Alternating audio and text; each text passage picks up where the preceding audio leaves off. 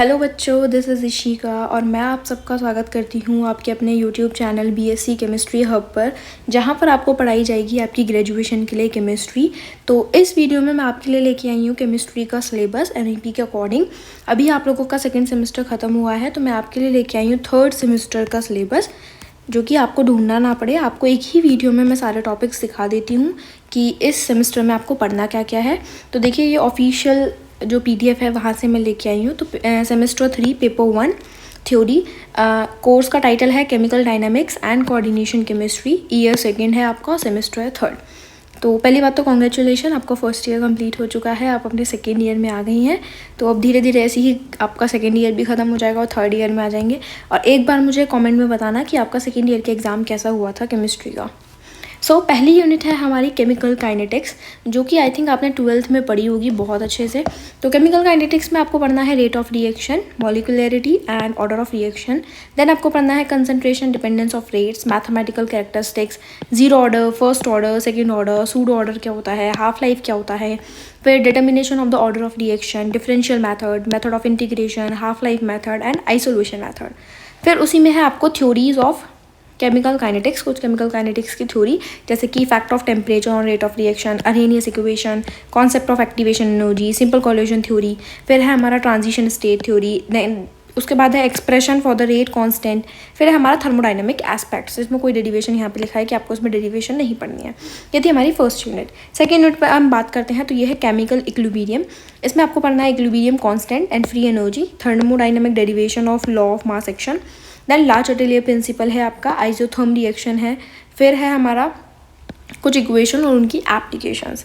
Then हमारा आगे बढ़ते हैं, फिर है थर्ड चैप्टर जिसका नाम है फेज इक्विलिब्रियम, जिसमें आपको पढ़ना है statement and meaning of the term phase, component and degree of freedom. Then है derivation of Gibbs phase rule, phase equilibria of one component water, CO and systems, phase equilibria of two component, एक solid liquid equilibria क्या होता है, and फिर कुछ systems हैं जिसमें आपको पढ़ना है।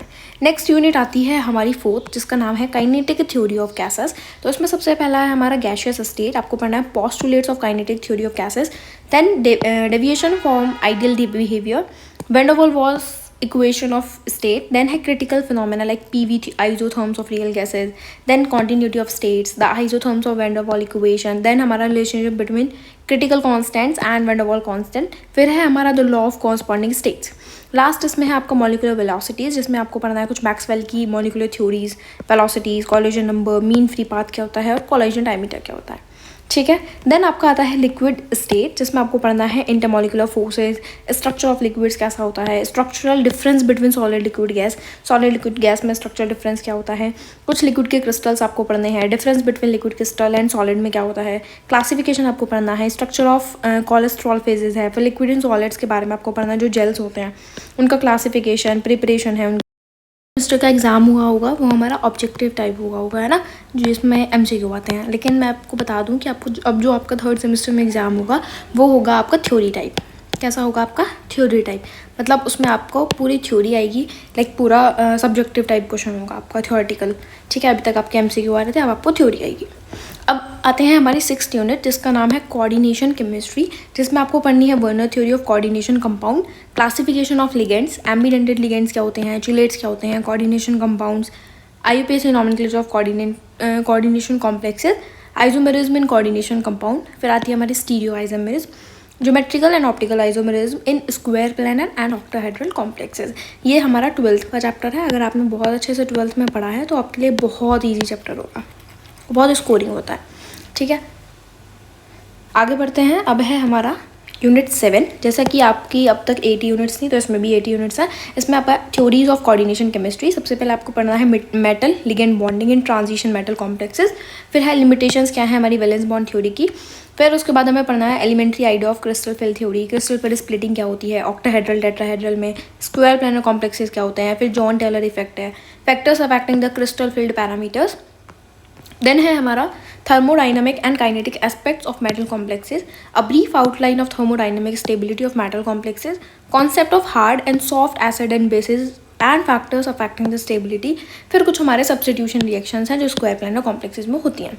लास्ट हमारी यूनिट है यूनिट 8, जिसका नाम है इनऑर्गेनिक स्पेक्ट्रोस्कोपी एंड मैग्नेटिज्म। जिसमें आपको पढ़ना है electronic spectra of transition metal complexes. Then हमारा types of electronic transition, then हमारा selection rules for d transitions क्या होते हैं, स्पेक्ट्रोस्कोपिक ग्राउंड स्टेट्स क्या होती हैं, स्पेक्ट्रोकेमिकल सीरीज क्या होती है, फिर ऑर्गल एनर्जी लेवल है for D1 and D9 states. Then हमारा डिस्कशन है of the electronic spectrum of TiH2 का होल 6 पॉजिटिव एक कॉम्प्लेक्स आयन है, इसका आपको इलेक्ट्रॉनिक स्पेक्ट्रम पढ़ना है। लास्ट हमारा मैग्नेटिक प्रॉपर्टीज़ हैं ट्रांजिशन मेटल कॉम्प्लेक्स की। देन हमारा टाइप्स ऑफ मैग्नेटिक बिहेवियर है, methods of determining magnetic susceptibility. फिर हमारा स्पिनोली फॉर्मूला है, LS कपलिंग है, correlation of mu and S है, ठीक है। फिर हमारा orbital contribution to magnetic moments, application of magnetic moment data for 3D metal complexes. तो ये हमारी कुछ 8 यूनिट्स थी जो कि आपके 3rd सेमेस्टर में आने वाली हैं। जैसा कि मैं आपको बता चुकी हूँ कि आपका जो एग्ज़ाम होगा वो थ्योरेटिकल होगा, तो मैं आपको पूरे नोट्स प्रोवाइड करवाऊँगी पहले कि हम यूनिट पढ़ेंगे, उसके नोट्स आपको बनाने हैं। देन मैं आपको करवाऊँगी उससे रिलेटेड क्वेश्चंस, ठीक है, कि जो हमारे एग्जाम पॉइंट ऑफ व्यू से इंपॉर्टेंट क्वेश्चंस हैं वो सभी मैं आपको करवाऊंगी। अभी तक आपको नोट्स बनाने की ज़रूरत नहीं थी, लेकिन इस सेमेस्टर में आपको नोट्स बनाने की ज़रूरत है क्योंकि आपका एग्ज़ाम जो होगा वो थ्योरेटिकल होगा, ठीक है। तो आप अच्छे से नोट्स बनाइएगा, जितने अच्छे आपके नोट्स होंगे उतना अच्छा आप पेपर में लिख पाओगे। तो ये 8 यूनिट्स थी जो कि आपके 3rd सेमेस्टर में हैं, BSc 3rd सेमेस्टर केमिस्ट्री। ऐसे ही मैं पहले आपको यूनिट के सबसे पहले यूनिट पढ़ाऊंगी, यूनिट वाइज, यूनिट 1, यूनिट 2, सारे यूनिट्स को मैं आपको कवर करूँगी। और भी जो कुछ डाउट हो आप मुझे कमेंट में बता सकते हैं। मिलते हैं नेक्स्ट वीडियो में। That's it for today, thank you.